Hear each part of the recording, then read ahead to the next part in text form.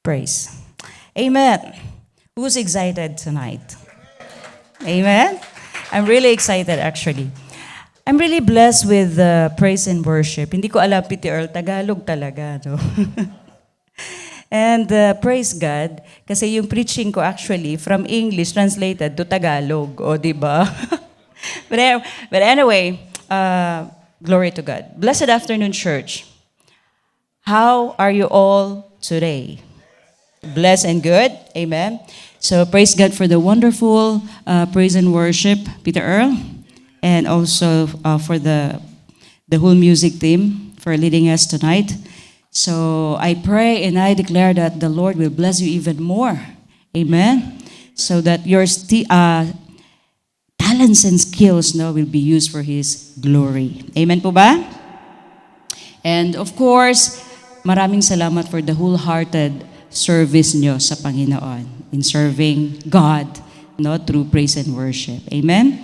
Now, I hope that all of us are blessed. And to all our live FB and YouTube viewer, I declare that all of you will be blessed through the preaching of God's Word for all of us tonight. Amen? Now, sige, simulan na natin. I'm really excited. So let us all pray. Let us bow down. Heavenly Father, we thank you, Lord God. Thank you for this wonderful day that you have given to us. Maraming salamat, Panginoon, for bringing us here safe and sound, Panginoon. And I thank you, Lord God, that we come before you today with open hearts, Lord God. Thank you for the seed of your word. Speak to us today, Panginoon. Teach us to be still, to trust you, and to walk in obedience to you, Panginoon. Help us not just to hear, but to live out what you are saying, Panginoon, sa amin. We invite your Holy Spirit in our midst to move among us. In Jesus' mighty name we pray. Amen and amen and amen and amen. Amen. Now, church, when was the last time, okay, this is a question. When was the last time you truly sat in silence? Okay? No phone. No TV, no Facebook, no Messenger, no Instagram, no distractions. When was the last time? Sige, wag na kayong, alam nyo na yan, okay? Alam na this. So, church, nowadays, actually, we are living in a world filled with noise and chaos. True? Amen, no? In the hustle and bustle of life, sa family pressures. Meron ba kayo nito? Work demands. Diba yung mga architects dito, grabe, ang schedule nyo, grabe talaga, super blessed. Grabing submission. O diba? Ibig sabihin, dami nyong trabaho. Binibless kayo. Amen? Amen? Ano pa? Financial demands. No? Sa finances, pakitapik yung katabi nyo, walang matutulog. Okay? Okay, walang matutulog. Amen? Okay. Pag natutulog, hindi lang tapik. Okay? Yan, gano'n na. Okay. So, for us, it's easy to become anxious and restless because of the chaos and the noise, sa mundong ito. And we are seeking quick resolutions and outcome. Gusto natin madalian yung result. Puro instant result. Kaya may instant noodles, may instant coffee, di ba? Instant burger, may instant boyfriend, wala. Okay? Wala. Okay, hindi yun. So, out of this noise, however, God's invitation is surprisingly simple. Very simple ang invitation ng Panginoon. Be still. Ayan. Be still. Be still. Kung sa Tagalog, kalma ka lang. Okay? Kalma, kalma, kalma ka lang. Now, God's message for all of us today is be still. Okay? Now, our text for today was taken from Psalm 46, verse 10. I know that you are familiar with this, but let us all read verses 1 to 11. Okay? Let's read. God is our refuge and strength, an ever-present help in trouble. Therefore, we will not fear, though the earth give way and the mountains fall into the heart of the sea, though its waters roar and foam and the mountains quake with their surging. There is a river whose streams make glad the city of God, the holy place where the Most High dwells. God is within her. She will not fall. God will help her at break of day. 6. Nations are in uproar. Kingdoms fall. He lifts his voice. The earth melts. The Lord Almighty is with us. The God of Jacob is our fortress. Come and see. Parang last week lang to, preaching ni PTR. Come and see what the Lord has done. The desolations he has brought on the earth. He makes wars cease to the ends of the earth. He breaks the bow and shatters the spear. He burns the shields with fire. He says, be still and know that I am God. I will be exalted among the nations. I will be exalted in the earth. The Lord Almighty is with us. The God of Jacob is our fortress. Amen and amen and amen. Now, the context, of Psalm 46, actually, this was written, in times of trouble. Yung psalmist nito, sinusulat niya to in times of trouble ang Israel, Chaos, instability. So Jerusalem actually was under threat. May mga threat. Wars, nations were raging. There were terrible hurricanes, mga calamity, Dun sa 2 and 3, mababasa nyo yan. May earthquakes, may tidal waves. So everything was uncertain. It is not a peaceful scene. Ang gulo, may troubles. But in the middle of this storm, God says, be still and know that I am God. Amen? Grabe yung comfort sa kanila ng Panginoon. So today, we will all learn on how to be still. Okay? Be still, okay? Ibig sabihin, walang matutulog. Okay? Hindi matutulog, hindi quiet. Okay? Be still lang. Kalmado lang kayo. Amen? Now, be still starts with letter S. S means surrender, control. Okay? Surrender, control. Paano po? Sa pa yun? Yan. Surrender, control. So be still, in Hebrew word, Rapha. Iba yung Rapha, Jehovah Rapha, healer. Ito with H, sa dulo, Rapha. Meaning to let go, to release, to loosen your grip, to relax. Parang nilet go mo, may hawak kang baso, let go. Okay? Yan yung ibig sabihin ng still. Rapha, meaning to let go, to release, to loosen your grip, to relax. Okay?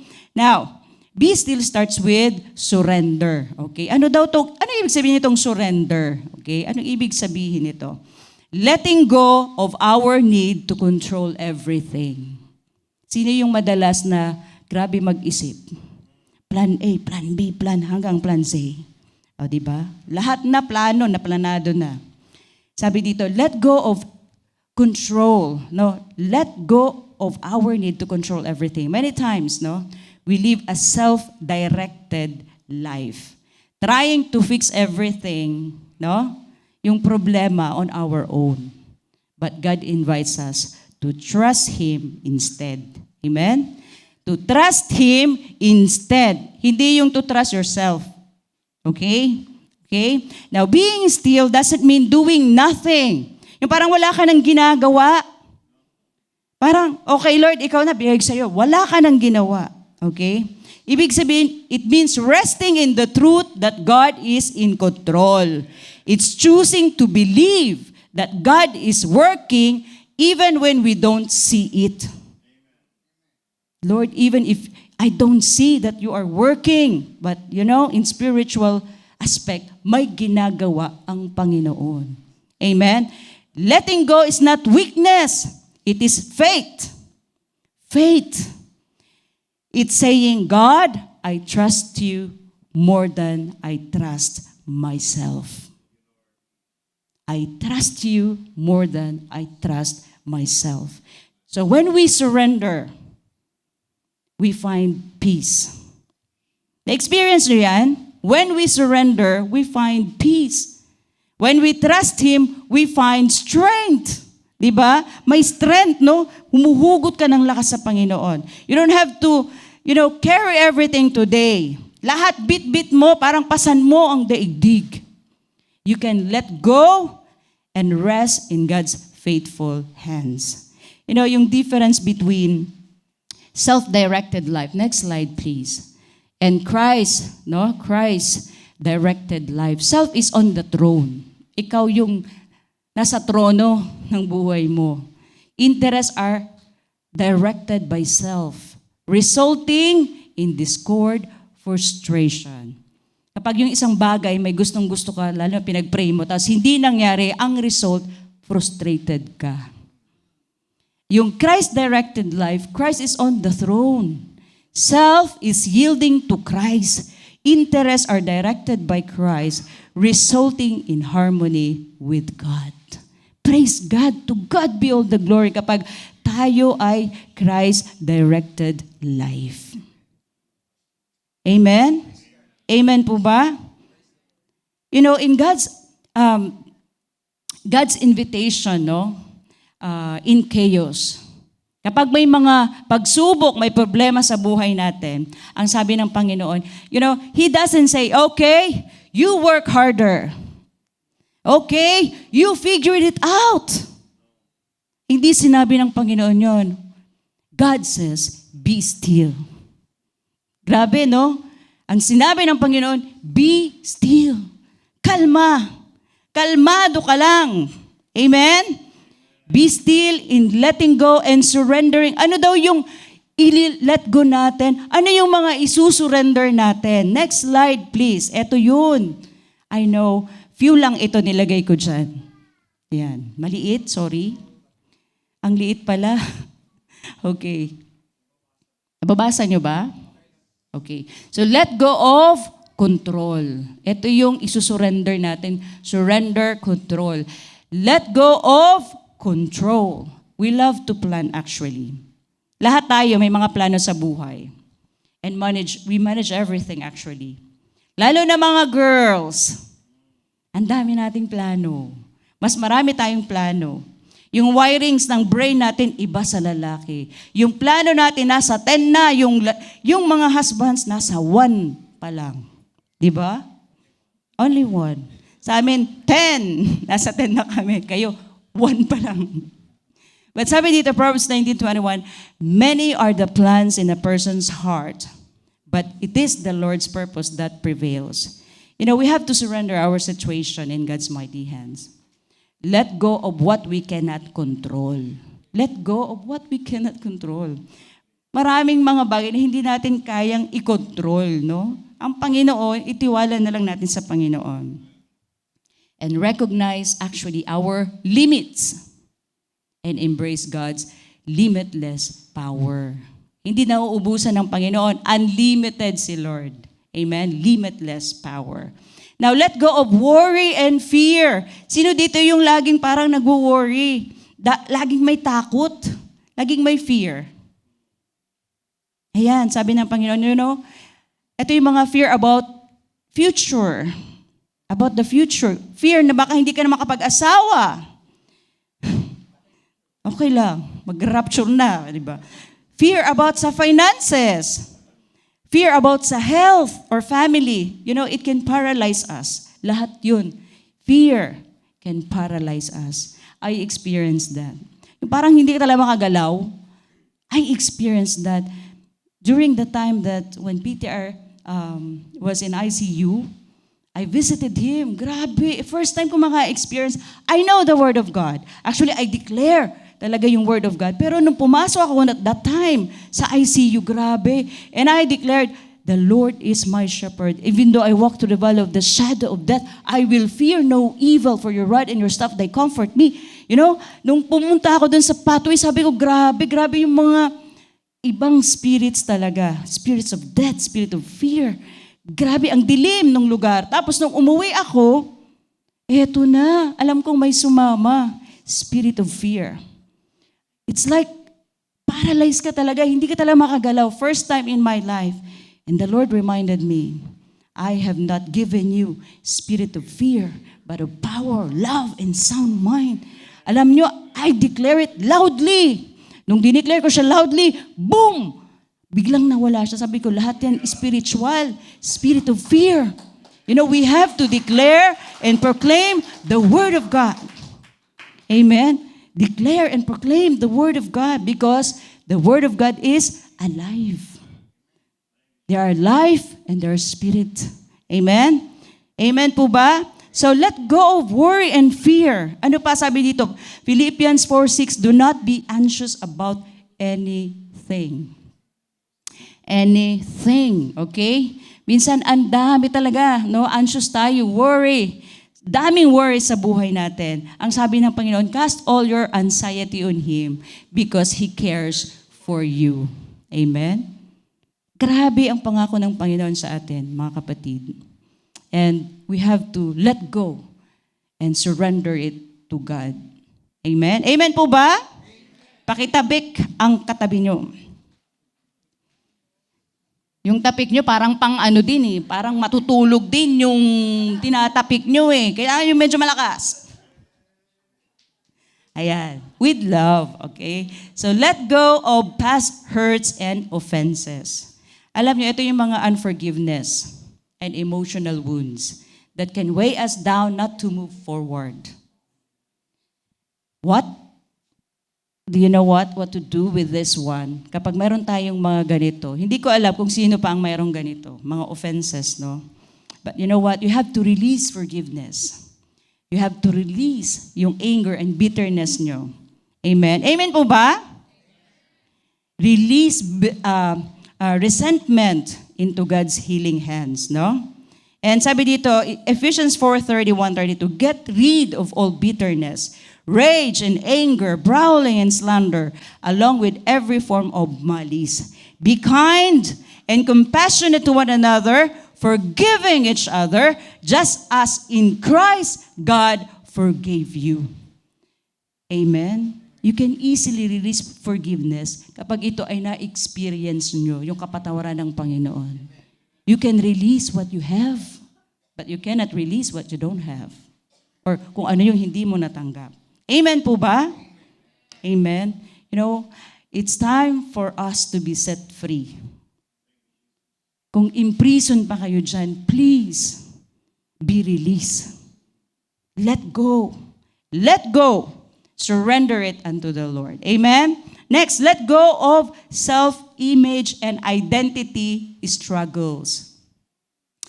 Madalas, we often carry insecurity, shame, or try to prove ourselves to others. I remember this one, nung college kami, grabe yung grupo, pasosyalan. Lahat sosyal. Yung grupo mo sosyal para kilala ka sa school.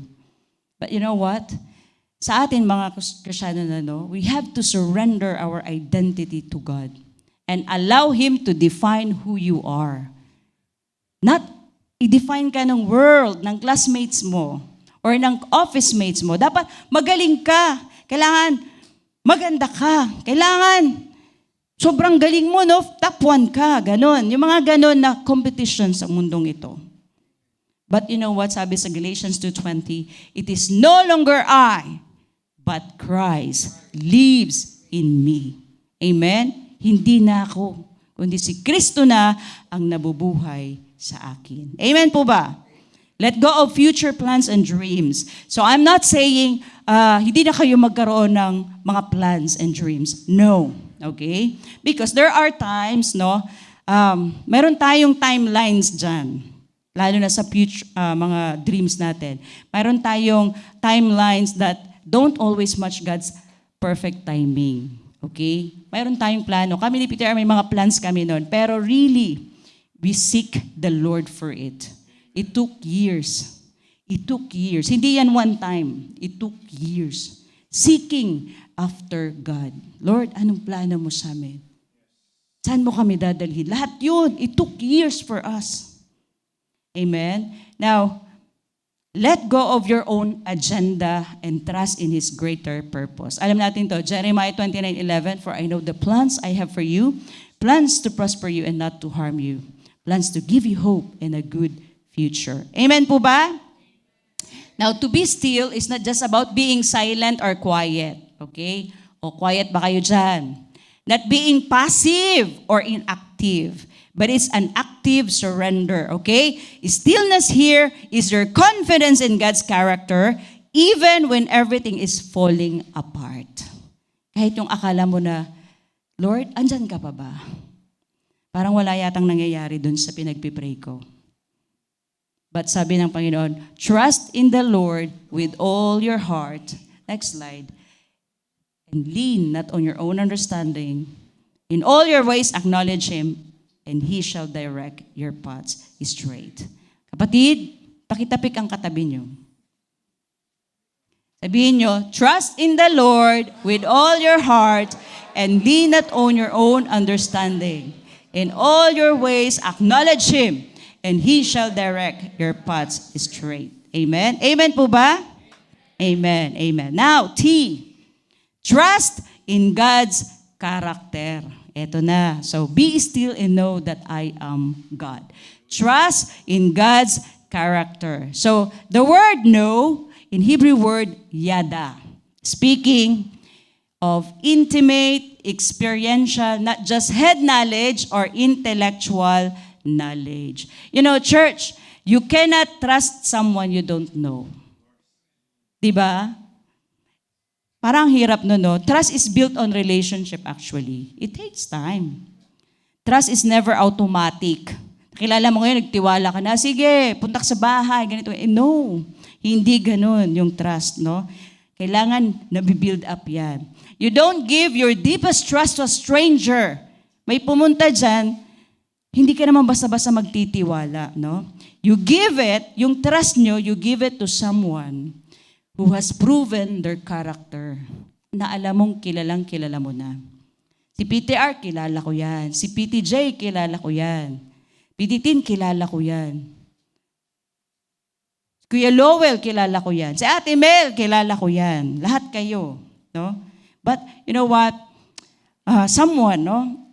It's, kailangan natin, no? Tayong lahat, no? Hindi basta-basta nagtitiwala. So, you give your trust to someone who has proven their character, someone you walk with, someone you know will not fail you. So, again, the Word of God, do you love the Word of God? Me, I really love the Word of God. I love reading the Word of God, really, from my heart. I love the Word of God. Now, the Word of God is the clearest way to know God's character. Do you want to know who God is? Read your Word. Do you want to know His will for your life? Read the Word. Read the Word.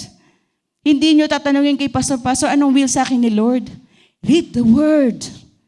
Para alam mo kung ano ang will ng Panginoon sa buhay mo. Now, through the scriptures, we discover, okay, bilasan na natin, that God is faithful. Yeah, next slide. Yeah. God is faithful. Again, can you say it? God is faithful. He keeps His promises. Sino dito yung nagpangako yung asawa nyo tapos hindi niya ginawa? Mayroon, di ba, minsan?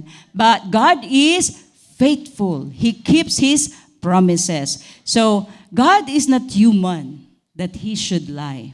Not a human being that He should change His mind. Does He speak and then not act? Does He promise and not fulfill? Grabe, no? Lahat ng pangako ng Panginoon. You know, God doesn't change His mind. Hindi nagbabago yung mind ng Panginoon. Constant. Constant yon. He does exactly what He says. Gagawin niya kung ano yung sinabi niya sa'yo. Yeah, it's very important. Mayroon tayong naririnig sa Panginoon. Amen?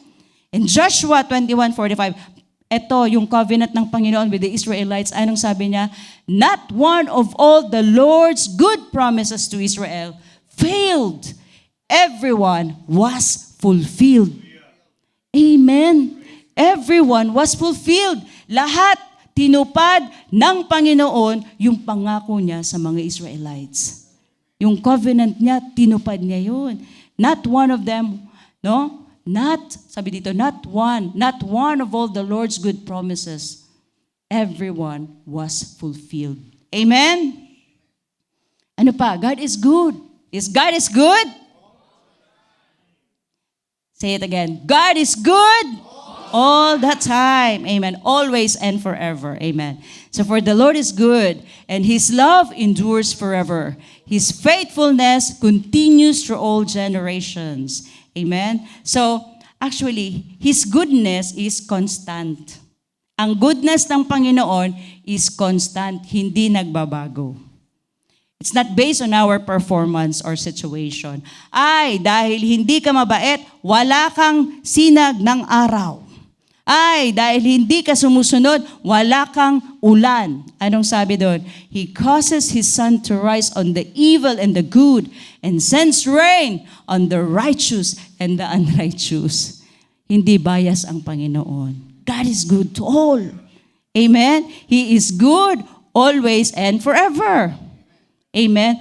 Ito lahat, pinapabasa ko to sa inyo dahil ito lahat ay nasa Word of God na dapat lagi nating binabasa every day.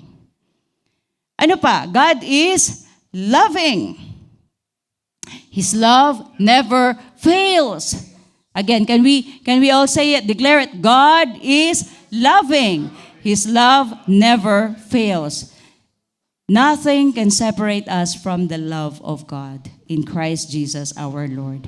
You know, His love is not based on what we do, not performance-based, but on who He is. Sabi doon, God is love. Yan yung character, nature, the very nature ng Panginoon, that God is love. Ano pa? Next, God is our protector and refuge. Ini-establish ko lang to.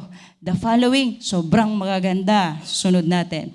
God is our protector and refuge. The Lord is my rock, my fortress, and my deliverer. My God is my rock in whom I take refuge. So, makita natin dito that in times of fear, danger, or confusion, no, we can trust God. Amen? Amen po ba?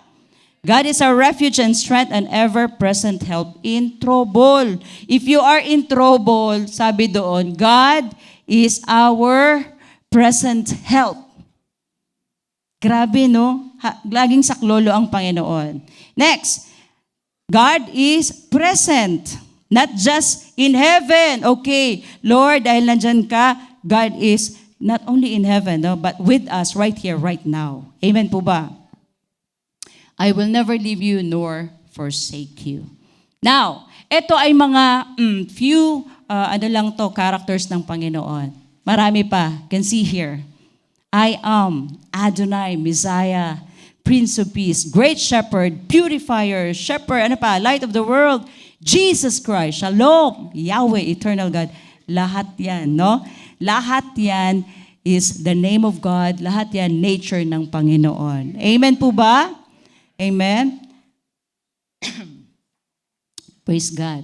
Now, gusto ko lang sa inyong ipaalam mo. Mga kapatid, no, if you are truly grounded and rooted in the Word of God, then we will enjoy all the benefits of salvation, of our salvation. And we will be effective in exercising our authority. Alam niyo ba kung ano yung authority niyo? Alam niyo, di ba? Are you exercising it? Yes, amen. Alam niyo, sayang kapag hindi natin na-exercise yung authority na binigay sa atin ng Panginoon. And next slide, sabi dito, the words that I speak to you, sabi ng Panginoon, the words that I speak to you are spirit and they are life. So God's word is spirit and they are life. Do you remember noon, nung hindi pa kayo nabuborn again, nagbasa kayo ng Bible, naintindihan yung Bible? No. Ang hirap intindihin. Pero nung naborn again, naintindihan nyo na yung Bible. Because sabi dito, the word that I speak, the word of God, no, is spirit. and they are life. Spirit to spirit, no? And yung Word of God, actually, it speaks to us about who we are in our spirit. Amen? Kaya kailangan natin malaman yan, manual natin yan. Okay, now, ang salita ng Diyos po ay nagbibigay buhay, yan, at lakas sa puso natin. There are times, no, kapag ka nangihina ka, anong ginagawa nyo? Nagbabasa kayo ng Bible. Hindi lang siya basta advice. Yung Word of God, hindi lang siya advice, okay? Hindi lang siya parang pang-relief mo, no? Ito ay kapangyarihan. Makapangyarihan po ang Word of God. Ito ay nagbibigay ng pag-asa sa atin at kagalingan para sa ating mga kaluluwa. Amen po ba? So lahat tayo dumadaan sa pagsubok. Sino dito yung walang pagsubok? Pag walang pagsubok, baka nasa kabilang mundo ka na, okay? Lahat tayo ay dumadaan sa mga pagsubok ng buhay. Minsan nagwo-worry tayo. Amen po ba? Minsan nagwo-worry tayo, natatakot tayo, napapagod tayo. Sobrang mag-isip. Sino yung overthinking? Overthinker. Yung overwork lagi at pilit inaayos lahat gamit ang sarili niyang lakas. Yung parang on your own strength. Pero ang totoo, hindi natin kayang mag-isa. Right? Hindi natin kayang mag-isa. Napapagod tayo. Nadi-discourage tayo. Grabe yung frustrations na lalo na yung mga expectations mo, hindi siya na-meet. Grabe yung frustrations natin. So kaya, kailangan natin ng salita ng Diyos. Kailangan natin ng Word of God. And for me, you know what? Personally, kapag grabe na yung pressures, ang dami naming mga na-experience din ni PTR, no? Actually, I silence the noise. I silence the noise. Anong ibig sabihin nun? Yung mga naririnig ko na negative, I don't entertain. I want only to sit with the Lord. Read the Word, seek after Him. Yun lang talaga, I draw my strength from the Word of God. Nothing else. Sa amin ni Peter, lagi namin yung ginagawa. Kapag may mga pressures in life, you need to silence the noise. But sit, no? Be still, no? Yun talaga yung totoong stillness, no? Be still, no? Kalmado ka lang. And ano yung pagiging kalmado? Active. You are seeking after God. Amen? So, tayo, no? Nababalisa tayo. Nangihina tayo, but ang salita ng Diyos ang bumubuhay at nagbabangon sa atin kahit gusto natin ng sumuko. Sometimes gusto nang mag-give up. Kaya nga, ano man ang pinagdadaanan natin, okay, hayaan mong punuin ka ng salita ng Diyos. Amen po ba? Kailangan punuin mo yung sarili mo ng Word of God. Kasi ang Espiritu, no, the Holy Spirit, no, siya yung nagdadala ng kapayapaan sa atin. And buhay din, no? Spirit and life, yung Word of God. Yan yung dinadala ng yung Word of God sa atin. Binibigyan tayo ng pag-asa. So magtiwala lang tayo, kasama natin ang Panginoon at hindi niya tayo pababayaan. Amen po ba? Hindi tayo pababayaan ng Panginoon. Sabi ng Panginoon, I will never leave you nor forsake you. Now in Romans 8:6, yan. Romans 8:6 says, for to be carnally minded is death, but to be spiritually minded is life and peace. Here, if you focus on your problem, kapag tayo ay nag-focus sa mga problema natin, ano ang result? Death. Carnal, ibig sabihin ng carnal, 5 senses. Kung ano yung nakikita mo lang. Kasi kung ano yung nakikita mo, limited tayo eh. Pag sinabing nakikita, ay, ito lang yung kaya ko. Hindi ko na kaya na maglumampas dyan. Kasi si Lord ang gagawa nun, yung mga supernatural eh. Pero kung carnally minded tayo, ang dala niyan is death. Death means frustrations, depressions, anxiety. But to be spiritually minded, meaning word-minded. But to be spiritually minded is life and peace. So if we focus on the promises of God, actually, we will experience life and peace. So don't focus on your problem. Focus on the promise. Amen?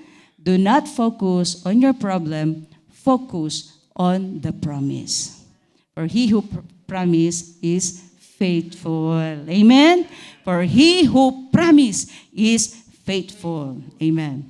Now, kapag tayo ay laging nakapokus dun sa problema, no, ang resulta, syempre, mapapagod, matatakot, at panghihinaan tayo. Parang tayo, parang, little by little, no, namamatay ka. Deep inside. Spiritual to eh. Pero pag naisip natin yung Word of God, actually, yung mga pangako ng Panginoon, na-experience natin yung buhay at kapayapaan. Ito yung sinabi ko kanina. Now, church, kapag kilala natin ang Diyos, kilala niyo ba kung sino talaga ang Panginoon? Kapag kilala natin ang Diyos, na siya ay tapat, is God faithful? Makapangyarihan? Is God sovereign? Powerful? At laging mabuti? Is God is good? Makakapahinga tayo. Ma-experience natin yung rest. No? So, kaya natin maging still actually, kahit sa gitna ng problema. Kaya nating magtiwala ng buo dahil alam natin na hawak tayo ng Panginoon. Amen? At hindi tayo pababayaan ng Panginoon. Amen? Now, church, when you know who God is, you can rest. Totally rest. Be still and trust Him fully. Look at the next slide. Look at Jesus. O, di ba? Tingnan nyo to. Look at Jesus. Jesus was sleeping in the boat during the storm. Nakita nyo? During the storm, natutulog ang Panginoon. Tila ba tinutulog-tulugan lang ng Panginoon ang storm? Pero hindi dahil wala siyang pakialam dyan, no? No. Hindi dahil wala siyang concern sa kanila. No. Kundi dahil puno siya ng kapayapaan. Full of peace ang Panginoon dyan. Amen? So, nung nagising siya, sabi niya, peace, be still. O, diba? Tayo, no? Si Jesus, dahil punong-puno siya ng kapayapaan, nag-release siya ng peace. Pero ang mga disciples, dahil punong-puno ng takot, hindi nila kayang magkaman ng peace. Diba? Kapag punong-puno ka ng peace, of course, you can give what you have. Pero kung wala ka nun, hindi mo yun marirelease. Amen po ba? Tagalog na Tagalog tayo ngayon. Pagbigyan niyo ako ngayon, okay? Actually, translated to talaga sa Tagalog. But now, you know what?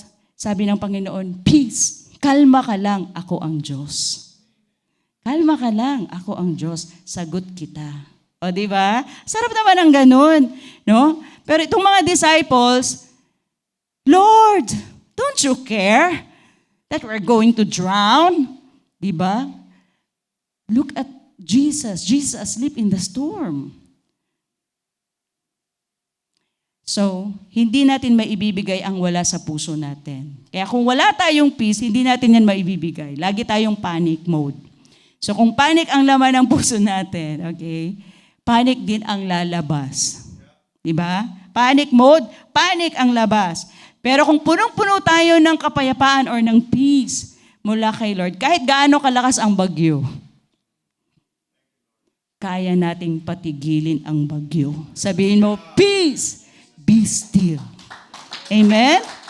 Kaya nating patigilin ang bagyo, ang storm. Amen po ba? Ano ang sikreto? Then don't allow. Huwag niyong hayaan pumasok yung bagyo sa puso natin. Don't allow, no? Manitili tayo doon sa kapayapaan ng Diyos at makikita natin that kahit may storm sa buhay natin, you can still be calm and victorious. Amen po ba? You can be still calm, no? You can be calm and victorious. Now, next is intimacy with God. This one is very important. Intimacy with God. Be still and know that I am God. Now, be still and know is yada, that I am God. Now, we cannot trust God fully if we don't know Him intimately. Paano paano ka magtitiwala sa isang Diyos na hindi mo kilala? No? We cannot trust Him fully if we don't know Him intimately. I don't know how much time you spend with Him. Imagine, isip nyo ba, that is really our great opportunity and privilege to speak with our King of Kings and Lord of Lords. Pero many times, ini-isnab natin ang Panginoon. Because we are busy. Yon. Again, so knowing about God is not the same as knowing God. Magkaiba to. Knowing about God is not the same as knowing God. You might know the scripture. Okay, nagbabasa ka ng scripture. You might attend church service. You might even serve in the ministry. But intimacy with God is about more than knowledge. It's not head knowledge. Okay? It's about connection. Connection with Him. Just like in a marriage or friendship. Diba? Nung nililigawan ka pa nung boyfriend mo noon, diba nag-spend time para in order to know you? No? Si Kuya Aldrin, nung nililigawan niya si Ate Mitch, nag-spend siya ng time para ligawan si Ate Mitch in order to know her. Yeah, the same thing with God. No? Our intimacy with God is built through quality time. Your quality time, meditating on His Word, and deep conversations with God. Now, in John 17 verse 3 says, "And this is eternal life, that they know you, the only true God, and Jesus Christ, whom you have sent." Imagine, eternal life. Okay? Yung eternal life dyan is not just living in heaven when you die. Lahat may eternal life. But it's either heaven or hell. Okay? Lahat may eternal life. Pero ang eternal life dyan is a present tense possession of the believer. Actually, intimacy with God is what salvation is all about. Hindi dahil, ang akala natin, forgiveness of sins lang. No. We are missing the point of eternal salvation. Eternal life is now. Ibig sabihin, we are enjoying and knowing the Father and the Son. Amen po ba? So anyone who views salvation as only forgiveness of sins and stops there is missing out on the true meaning of eternal life. So in stillness, we hear God more clearly when we spend quality time. Sino yung may mga quality time dyan dahil nagtitinaw kayo ngayon? After ng tino, wala na siguro. No! In Jesus' name, you will continue. Okay? After TNO, continue your quality time, your daily devotional time. You know, in quality time, God speaks to us through His Word, right? God speaks to us through His Word. Mga kapatid, we need to put the right value on the Word of God. Hello? We need to put the right value on the Word of God. If we don't recognize the power that is in the Word, actually, lahat ng ginagawa natin dito is useless. Okay? Useless. Next slide. Jesus, ayan, seed. Jesus compared God's Word to a seed. Sa parable of the sower, we can read it. Parable of the sower, yung Word of God, kinumpare niya sa seed. Okay? Sa isang seed. Sa isang seed, kumpleto na yan. Itanim mo, nandiyan na lahat yung magiging stem niya, yung magiging dahon niya, yung magiging fruits niya. Kumpleto. Only one tiny seed. It's complete. The Word of God is complete. Kumpletos, ricados. Lahat andun sa Word of God. Now imagine, no? Ito, kinumpare ng Panginoon, no, yung salita niya sa isang seed, isang binhi. And everything in this world operates by that principle. No? So life begins with a seed. Life begins with a seed. You and I came from a seed. Binhi ng tatay natin. Amen? Yung trees, yung animals, yung crops, all start from a seed. And without planting a seed, nothing grows. Walang tutubo. Now imagine, someone lying on the ground, okay, praying and fasting for harvest. Lord, mag-harvest na ako, Panginoon. But never actually planting a seed. Kahit i-water mo yan, lagyan mo ng fertilizer. It sounds strange, no? In the natural, walang mag-grow dyan. Kahit anong water mo dyan, pray ka ng pray. Okay, Lord, I pray na mag-harvest ako. Wala kang tinanim na seed. Ano aanihin mo? Nothing. Nothing to grow. Walang mag-grow. Nothing grows, no? Now, imagine, no? Paisipin natin, no? Tayo. Sa spiritual, no? People do this all the time. They are praying for healing. Okay. Praying for breakthrough. Praying for provision. But they haven't planted any word seed in their heart. Walang nakatanim sa heart natin na seed. Sowing and reaping ang principle ng Panginoon. What scripture are you standing on? Ano yung pinanghahawakan natin? What truth from God's Word have you planted and nurtured?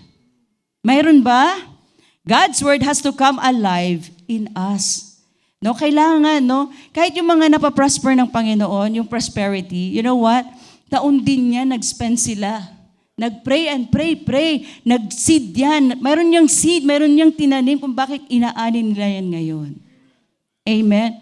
It's not an instant. Ay, si brother ganito. Dapat ako din bukas. Prosperous na ako. Hindi ganun. Nag-seed yan. Seed. Anong seed yung ni-nurture mo? Anong seed yung tinanim mo? Amen? Mayroong seed time and mayroong harvest time. Amen? So, there's a waiting time between planting and reaping. Minsan kasi gusto natin, now na, Lord. Now na. Again, may seed time, okay, may planting time and reaping time. Just because it doesn't happen immediately doesn't mean it's not working. Minsan, parang walang nangyayari, no? Parang nag-pray ka ng about healing, dineclare mo, by the stripes of Jesus Christ, I am healed. Inisip mo magaling ka na, tapos umaga, andun pa rin. Lord, parang walang nangyayari. You know what? Kaya ang sabi ng Bible, pray without ceasing. Ibig sabihin ng pray without ceasing, mag-pray ka 24 hours a day. No! Ibig sabihin, do not stop praying until you get the result. Pray without ceasing. Huwag kang mag-stop hanggat hindi mo nakukuha or nakikita yung result ng pinagpipray mo. Pray, pray, and pray. Pray, push, pray until something happens. Amen po ba? Amen. Now, God is faithful. Amen? God is faithful, but we must do our part, plant the seed, and trust Him for the growth. Kasi may mga times na basa ka lang ng basa ngayon, pero may appropriate time na gagamitin mo yung seed na yan, yung word of God na yan. Amen. Amen po ba? Dapat may tinanim tayo and let the word, the word of God take root in our heart. Mag-take root, mag-germinate siya sa heart natin. Magkaroon siya ng rema sa heart natin. And you know what? There is no reason to fear the storm actually. Kapag tayo ay grabing punong-puno ng seeds. Next slide, anong sabi dito? When the roots are deep, there is no reason to fear the storm. Amen? Kung yung rooted ka na ng Word of God, kahit anong bagyo, kahit anong storm, there is no reason to fear the storm. Amen? Amen po ba? Kaya dapat maging rooted and grounded tayo with the Word of God. Amen po ba? What have you sown? Ano yung tinatanim natin? Seed of generosity, seed of prosperity, seed of healing, seed of victory, seed of what? Seed of forgiveness, seed of kindness, seed of love. Lahat yun, kailangan itanim natin yun sa heart natin. Amen po ba? I hope you get it, no?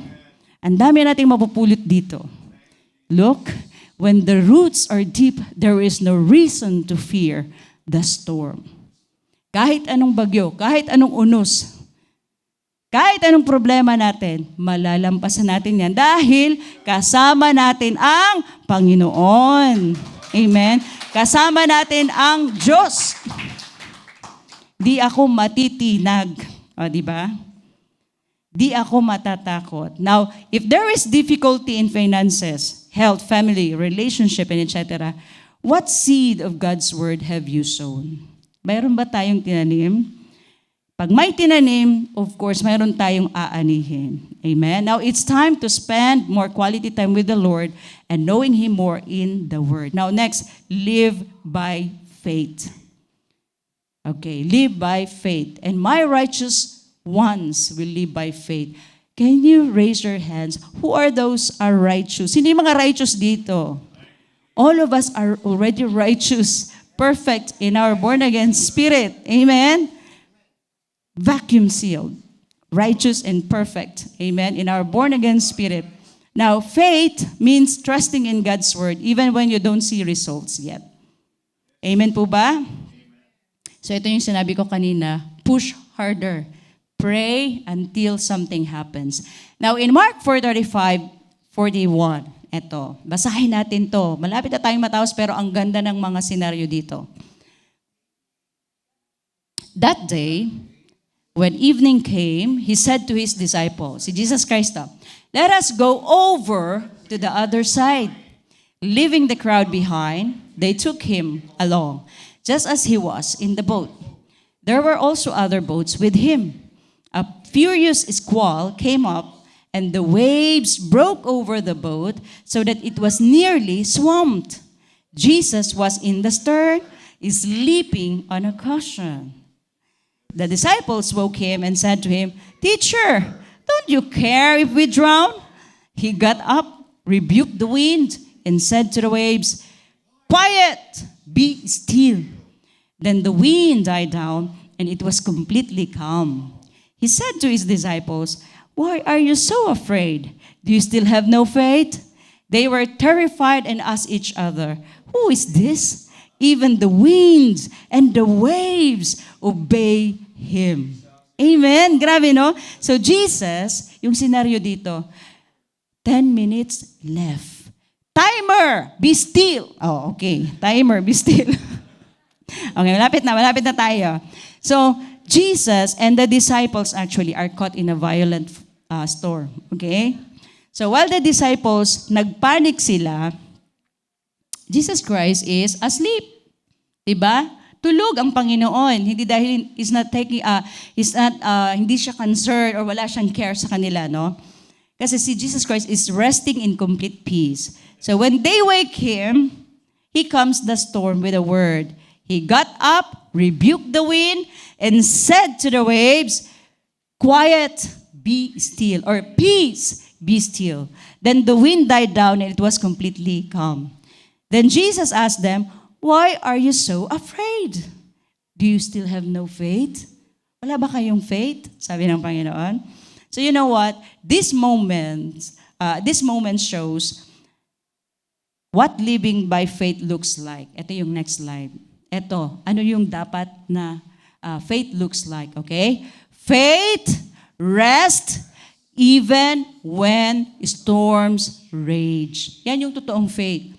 Faith remembers who is in the boat. Sino yung kasama nila sa boat? Jesus Christ.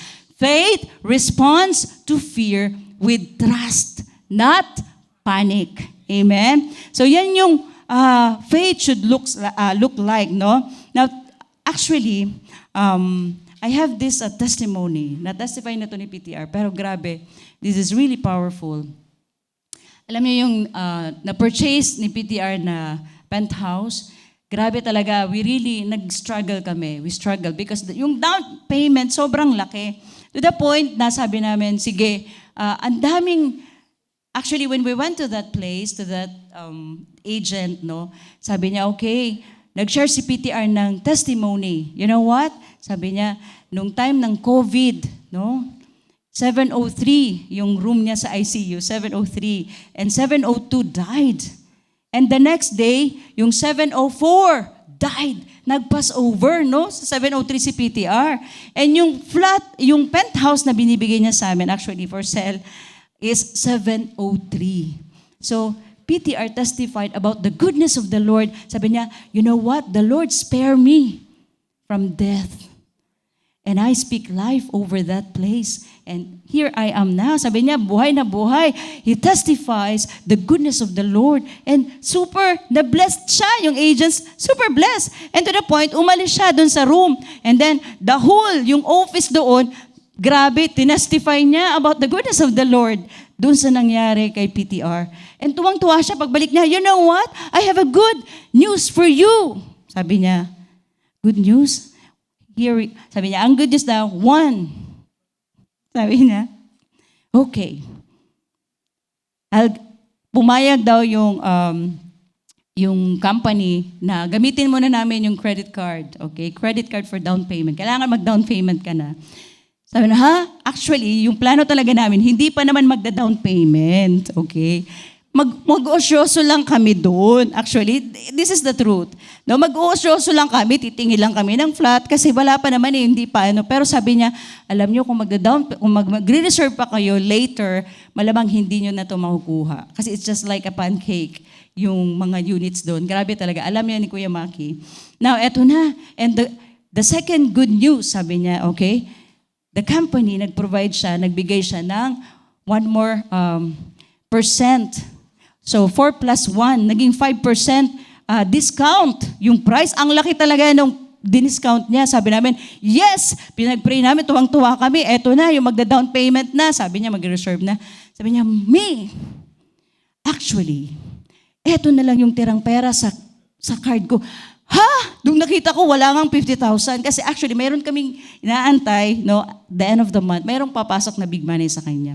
But I don't expect. Sabi ko, Lord, hallelujah. Sabi nung mag-deposit daw kami ng 50,000. Hindi aabot ng 50,000. Sabi ko, Lord, hindi aabot siya ng 50,000. Parang mahuhulog ako dun sa upuan. Sabi ko, anong gagawin natin?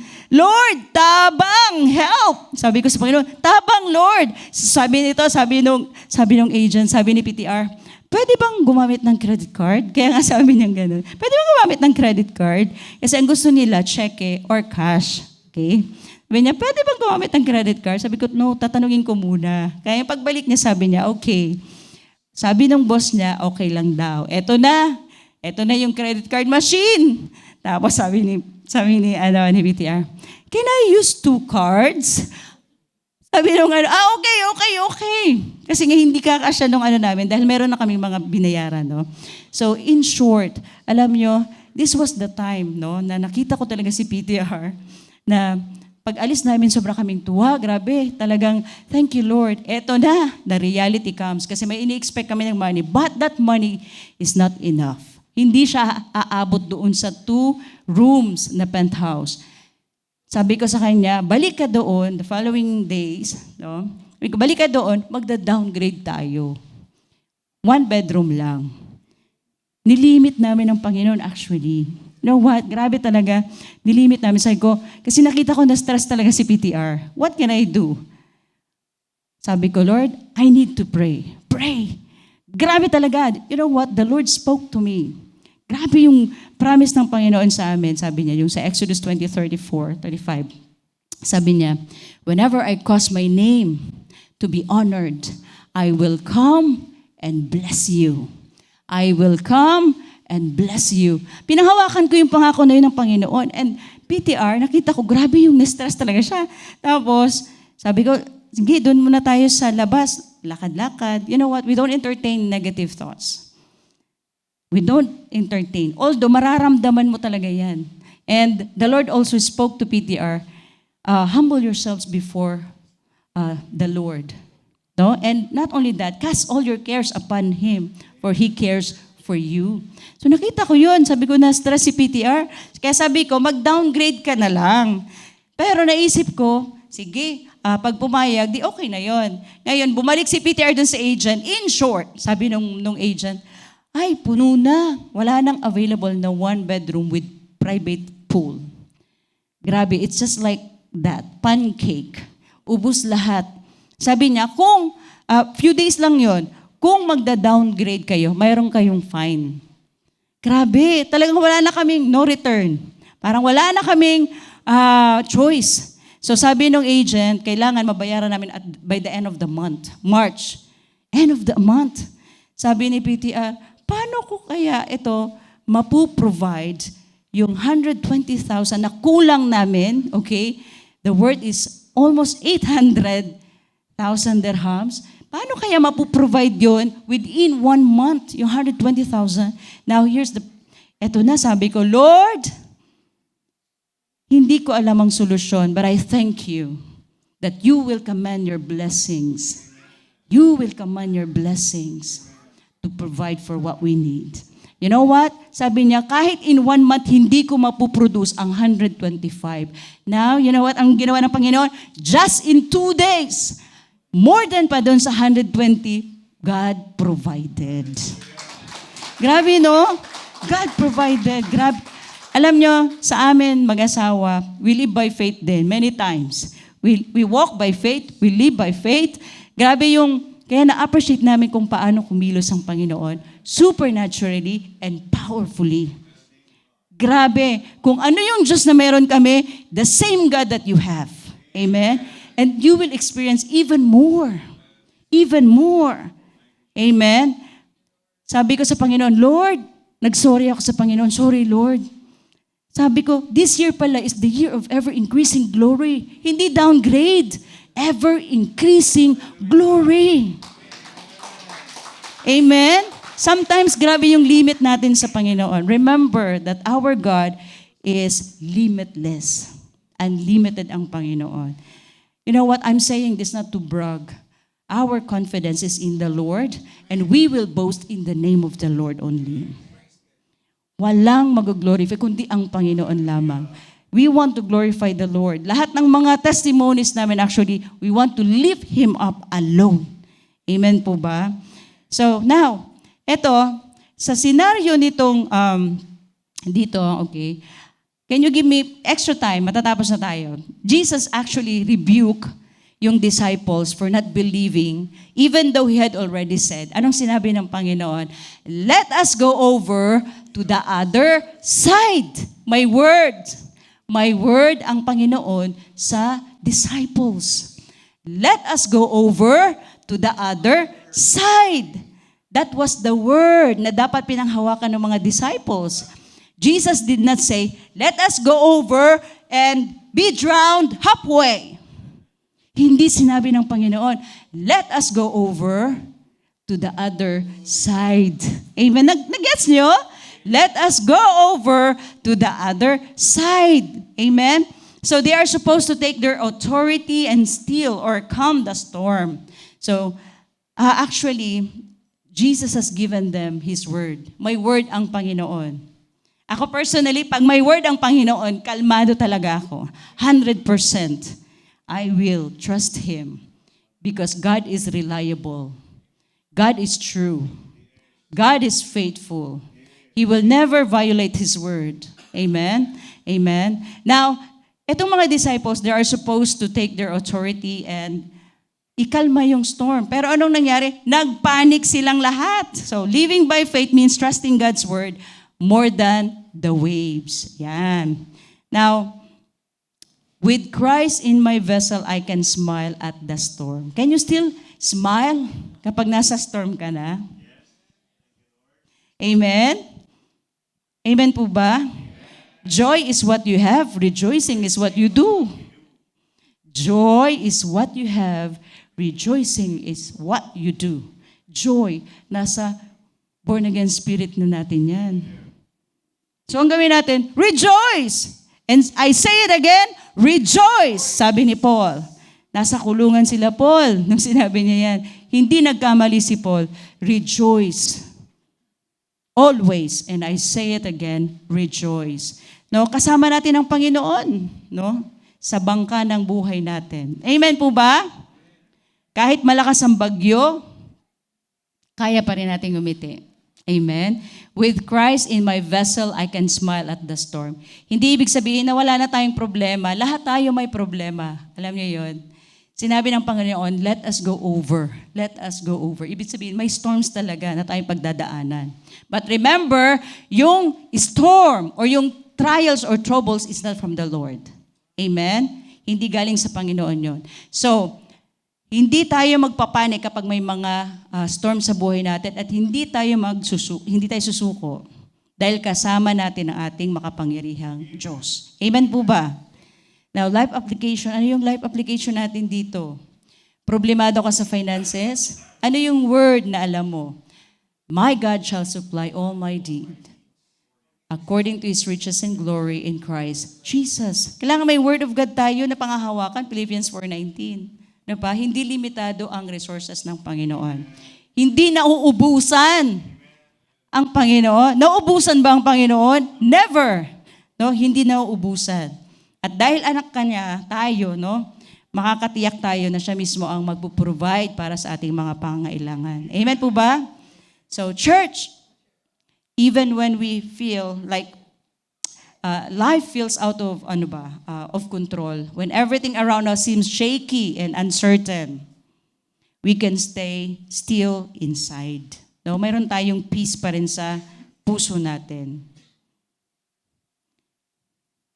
Okay, so Pasko na to.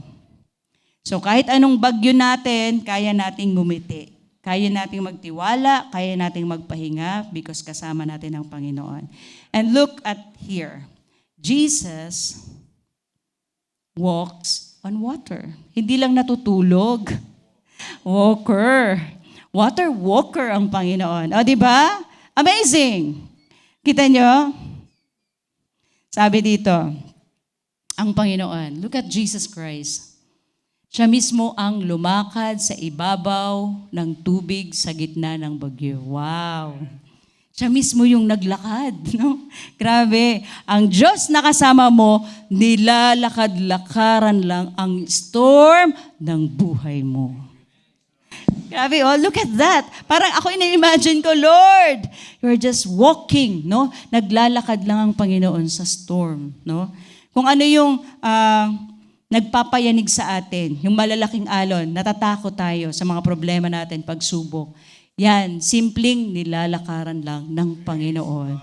Lakad lang ang Panginoon sa problema na mayroon tayo. Nilalakaran lang yan ng Panginoon. Ano yung mga alon at bagyo na kinatatakutan natin? Takot, may fear tayo sa future. Mayroon tayong problema sa finances, sa health, sa family. Ano pa? Maybe takot ka sa boss mo, baka matanggal ka sa trabaho. Ano pa? Nangangamba sa kahirapan, matinding pagsubok or sakit. So, alam nyo kapatid, si Jesus ay Panginoon ng dagat. Siya rin yung Panginoon ng bagyo natin. Amen? Amen po ba? Siya rin yung Panginoon ng lahat, no? Jesus Christ is Lord over the sea. And Jesus Christ is Lord over your storm. Amen po ba? And letter L, this is the last one, live in obedience. Now, in Mark 4:35-41, sabi dito, James 1:22, but be doers of the word and not hearers only. So, kita natin that the disciples, sumunod yung disciples ni Jesus Christ, no? The disciples obeyed and got into the boat. But even in obedience, they faced a storm. There's an obedience doon sa mga disciples na sumunod sila. Pero anong nangyari? They face a storm. So obedience doesn't mean we won't face challenges. Kapag nag-obey tayo sa Panginoon, parang kala natin smooth sailing? No. Mayroong mga challenges. May mga storms talaga na pagdadaanan natin, no? But Jesus said, let us go over to the other side. May storm, may mga pagsubok. Ibig sabihin, let us go over, malalampasan natin ang lahat ng pagsubok na mayroon tayo ngayon. Amen po ba? Kasi let us go over, hindi sinabi ng Panginoon, let us go and be drowned halfway. Sabi ng Panginoon, let us go over to the other side. Malalampasan natin ang unos o yung storm na dumadaan sa buhay natin. Dahil kasama natin ang Panginoon. Amen? Now, when the storm hit, the disciples doubted, even though they were exactly where Jesus told them to be. Living in obedience means following Jesus even when the journey is hard, trusting that He's with us and will bring us through. Amen po ba? So, sometimes, ang pag-obey natin, it's uncomfortable. Yung pagsunod sa Panginoon, uncomfortable.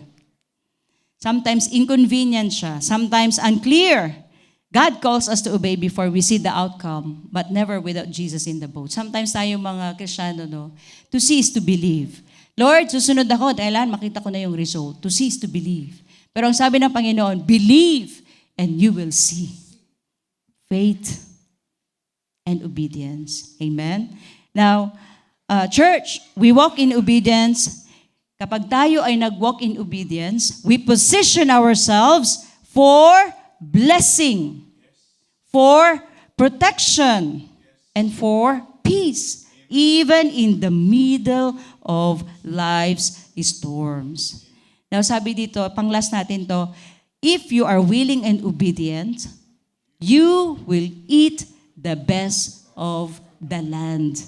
Paborito ko na rin to ngayon. If you are willing and obedient, you will eat the best of the land. So, ang sabi dito, if you are willing and obedient, you will eat the best of the land. Ang pangako ng Diyos ay napakalinaw. Ano daw?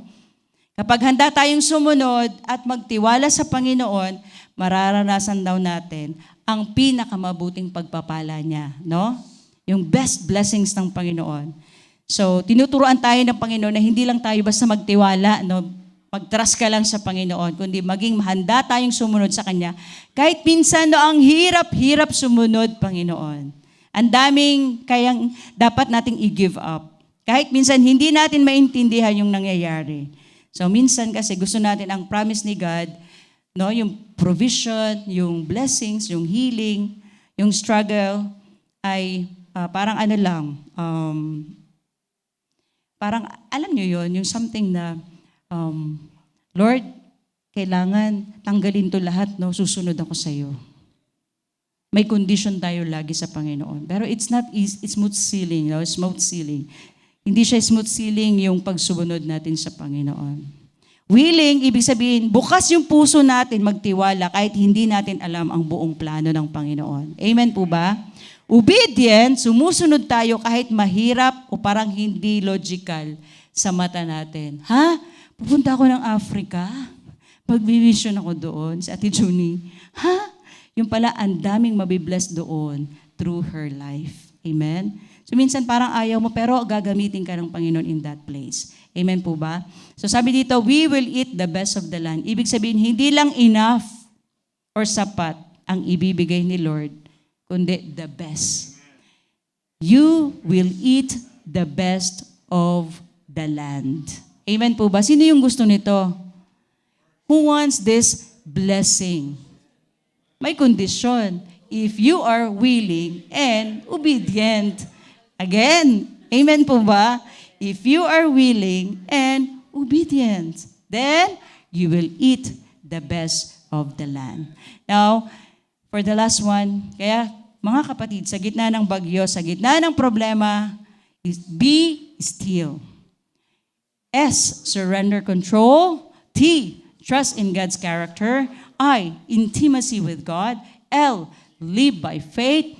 L, live in obedience. Next slide. Be still and know that I am God.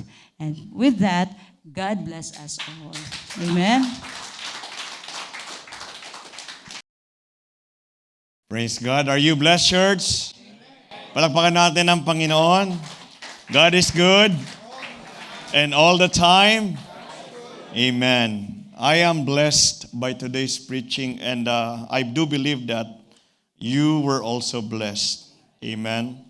In the church, when the world around us or within us Kasi merong mundo sa paligid natin, meron ding mundo sa loob natin.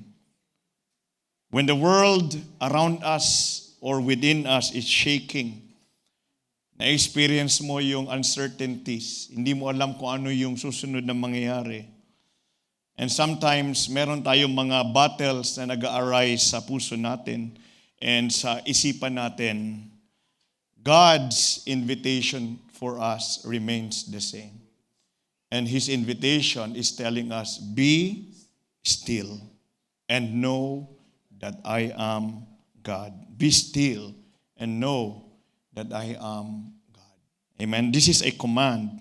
And see, church, in the midst of chaos, hindi naman tayo sinasabi ng Panginoon na, sige, damihan mo pa yung pagsilbi mo sa akin. Or you try to figure everything out. No. What God is actually telling us, even demanding us to do, is to actually trust Him deeply. Magtiwala tayo sa Panginoon. Because we have been there. I have done that. Just like what Pastora Carino, yung situation na shinare niya sa ating lahat. It's at the back of my mind, it's not possible. I have to produce this amount by the end of the month.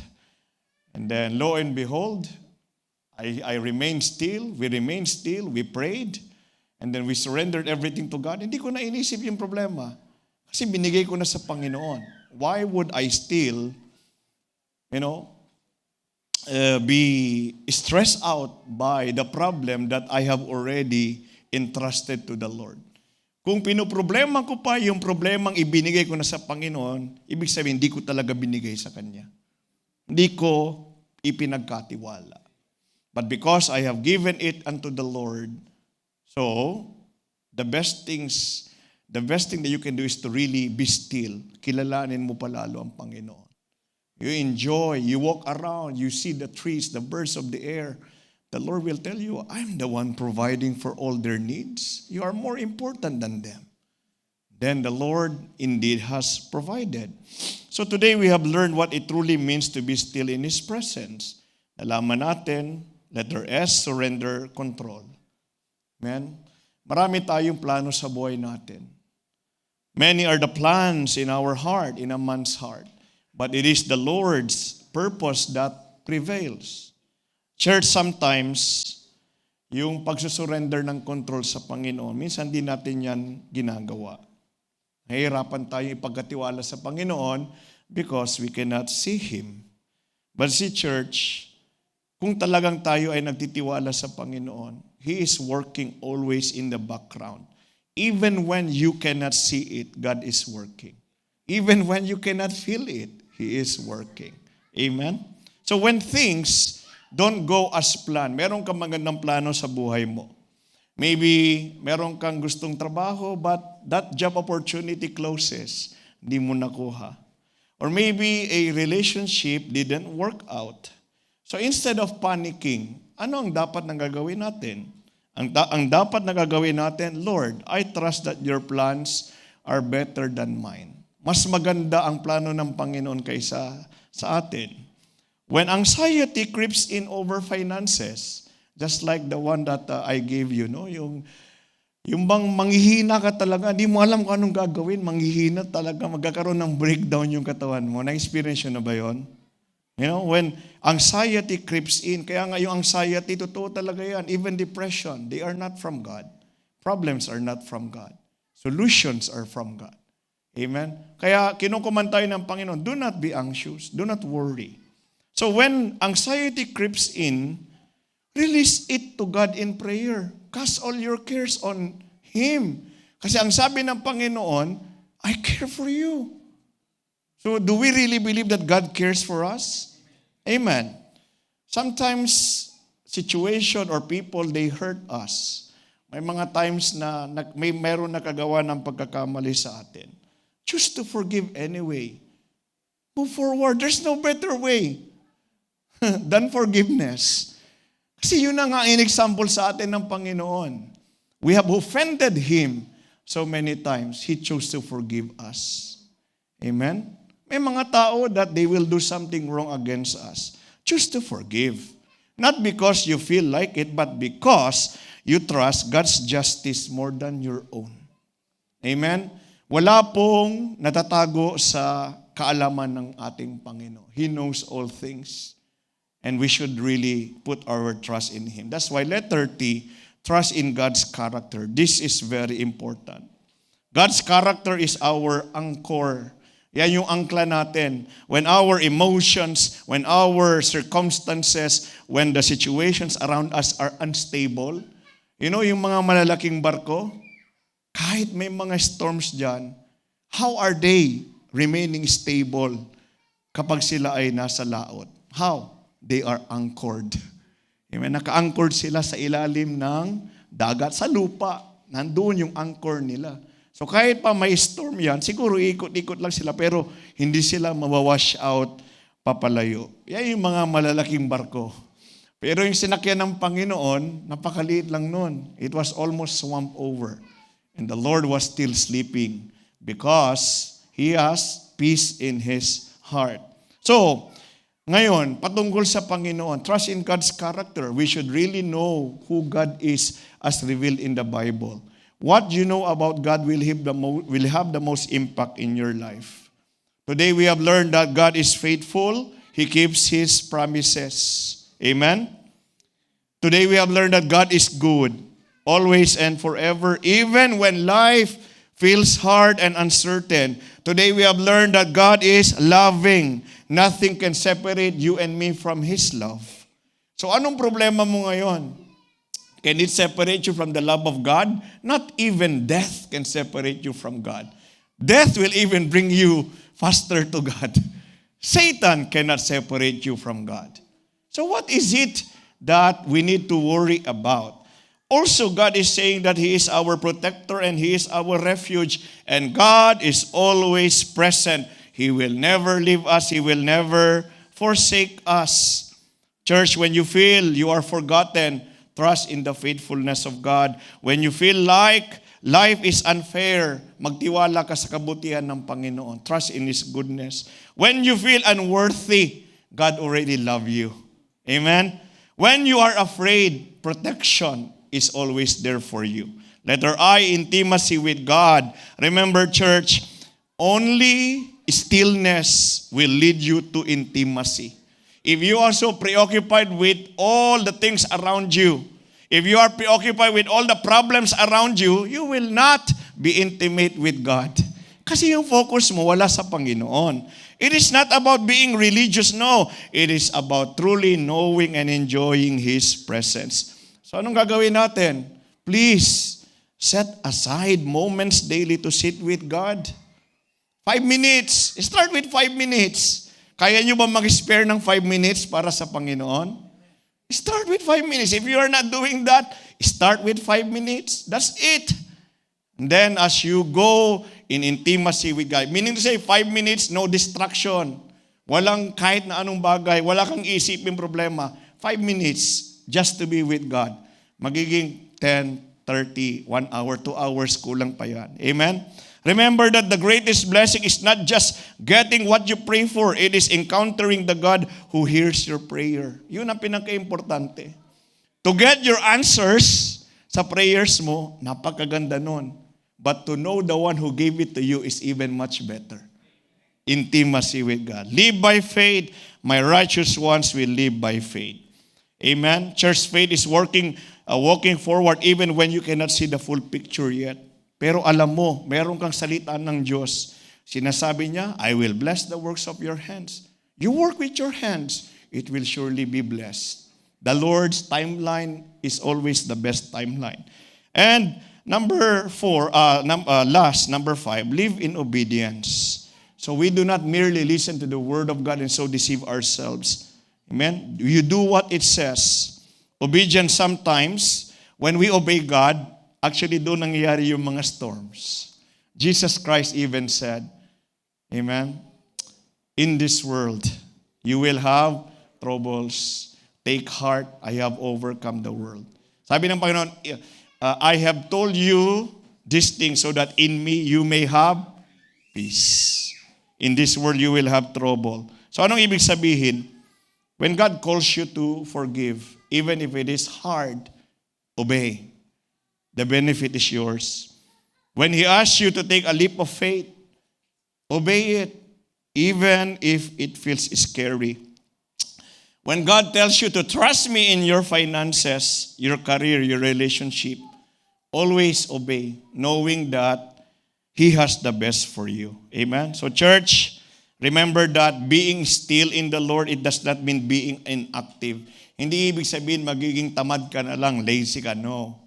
You are expectantly waiting for God to move, amen, on your behalf for your blessing. It means you are deeply anchored in the truth that God, He is loving. God, He is present.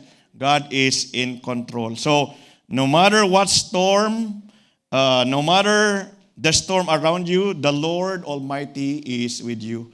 Kanina nalaman natin, Jesus is the Lord of the sea. Nilalakaran ng Panginoon. Jesus is also the what? The Lord of our storms. Amen.